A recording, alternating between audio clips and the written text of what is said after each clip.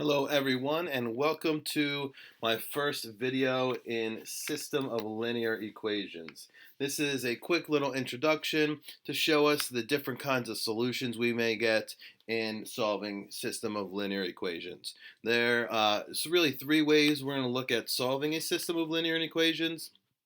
In this case, this first problem I have here, I'll solve it by graphing. We'll take a look at some other graphs when looking at the types of solutions. And then my following videos will be using substitution to solve or using elimination to solve, which is sometimes called the linear combinations. So let's take a look at what we have here. In this first problem, we have two linear equations that are both in slope-intercept form. Y equals x plus 1. And we also have y equals negative x plus 4. So let's go ahead and solve this by graphing. So I'm just going to graph these. This video is not here to teach you how to graph. If that's something you're interested in, you can reach out to me and I can think about making a video for that. But here we have y equals x plus 1. So I'm going to start by taking the y-intercept, which is plus 1, graphing that and following the slope, which is 1, which is up 1 over 1, or up 1, right 1, or down 1, left 1. And then I'm going to connect the dots, put my arrows, and then I'm going to graph the red line. So in this case, the red line is y equals negative x plus 4, 4 being the y-intercept, so I find that point on the y-axis, negative 1 being the slope, so down 1, right 1, or I can go up 1, left 1. And then once I have my points, I'll go ahead and graph the line. And now we have it. We have the two lines for these two equations. So when we look at a line represents all the solutions for that equation. So for the blue line, every point on that line is a combination of an x and a y ordered pair that would make y equal to x plus 1.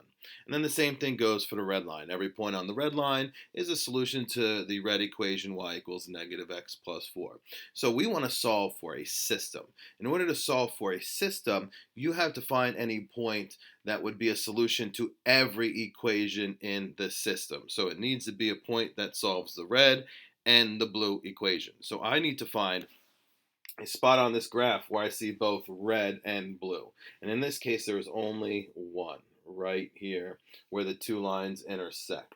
Right, so where these two lines intersect, that is the solution to this system. And looking at this graph, it looks to me like that would be a value of 1.5 for x and 2.5 for y.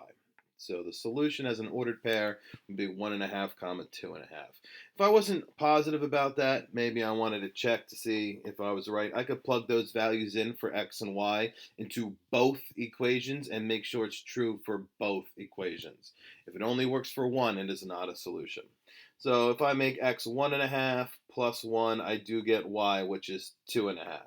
Or if I plug in negative x is 1.5 plus 4, does again give me 2.5. So in this case, both equations would have a solution of 1.5 and 2.5. So that is the answer to this system. Now, you can kind of see where maybe graphing isn't the best way to solve systems here because it's kind of hard to tell where the two lines intersect if they're not exactly at the intersection of some grid lines on your coordinate plane. Even here, it was hard to tell 1.5, 2.5. I just happened to know that was the solution and was able to check it by plugging it in. So graphing is really not the best way to solve a linear system. So this is really going to be the only time we kind of look at it just because we want to get a visual idea of what kind of solutions we're going to get. So in this case, these solutions were one solution, and it came from having two lines that were intersecting, or intersecting lines. Intersecting lines is one type of system and has one solution. We call it a consistent independent system. Consistent because it has a solution, and independent because there's only one solution.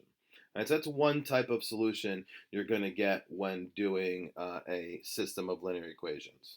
One solution for two intersecting lines, the solution being an x and y ordered pair.